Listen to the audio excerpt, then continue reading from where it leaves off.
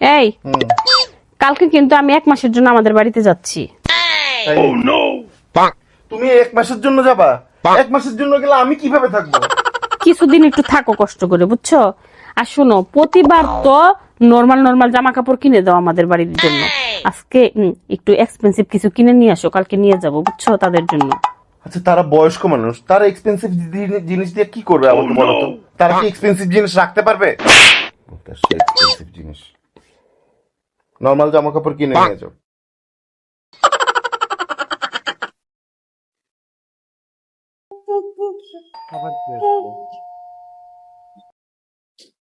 এই কি ব্যাপার তোমরা? ব্যাগ নাও আগে।